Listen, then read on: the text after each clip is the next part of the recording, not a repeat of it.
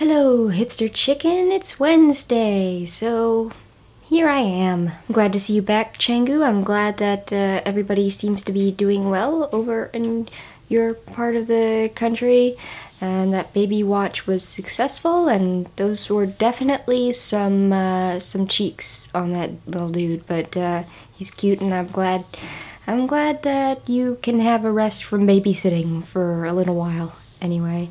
And welcome back to YouTube. I don't have a really good excuse for not being here last week, except that I kind of get in this mode sometimes where I get kind of resentful of being reliable, and so I try not to be. Like at work, I find that I've become kind of the go-to person when people have kind of menial clerical tasks or things that they don't really have the time to do or things they don't want to do. They kind of foist them off on me, which is fine. I like to stay busy. I like to have things to do, different things, even if they're kind of boring.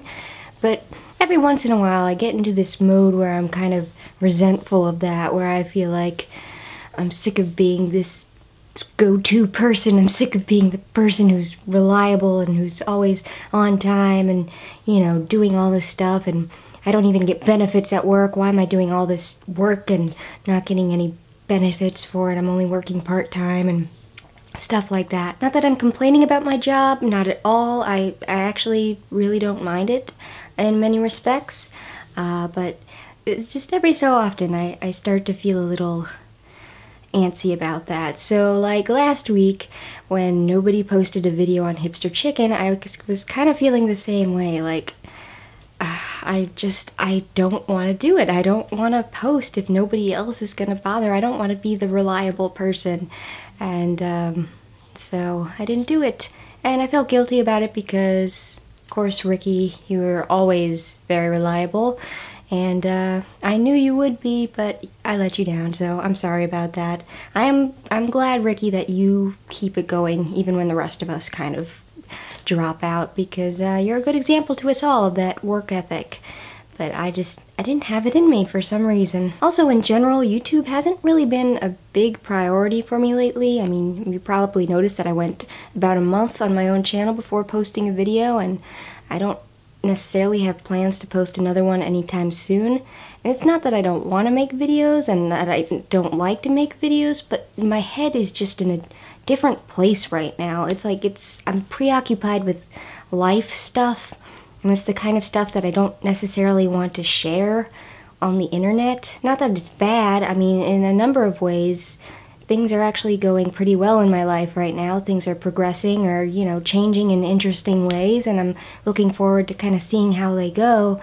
But it's the kind of stuff that I want to discuss with a few people, but I don't have but I don't have a lot of mental energy to spend on creating things, or at least I'm not as motivated to create things because I'm kind of caught up in these realities in front of me. So that's, if that makes any sense, that's kind of why I haven't been making videos lately. I would like to, it's just I'm in this mode of focusing on certain things, and I'm having a hard time doing other more creative things. Of course, one thing I have come to appreciate during this strange kind of transitional time in my life is the fact that I do have people who I can share everything with.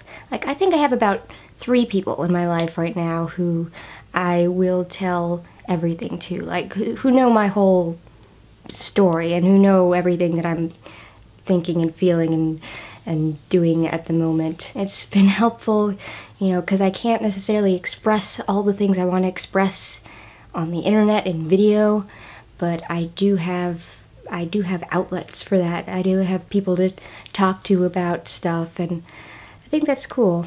And it's, in a way, I feel like you guys are kind of part of that. You hipster chicken people are kind of part of that. We don't know each other that well, I'd say, or we haven't known each other that long, but I think there's a level of familiarity that we have with each other, and you know, having spent all that time together, you know, in one concentrated 8-week period, we did get to know each other pretty well, and I'm really glad that we got that time together, because I feel like, you know, even though I might not have as intimate a relationship with you guys as I do with, some of my other friends or, my parents or other people, there's a level of, understanding and familiarity with each other that I feel like I can share things with you guys and, have these kinds of discussions with you on Hipster Chicken. So I guess what I mean to say is that I appreciate you guys. I'm glad for your friendship. I'm happy to have met you, and I'm glad that we're still continuing,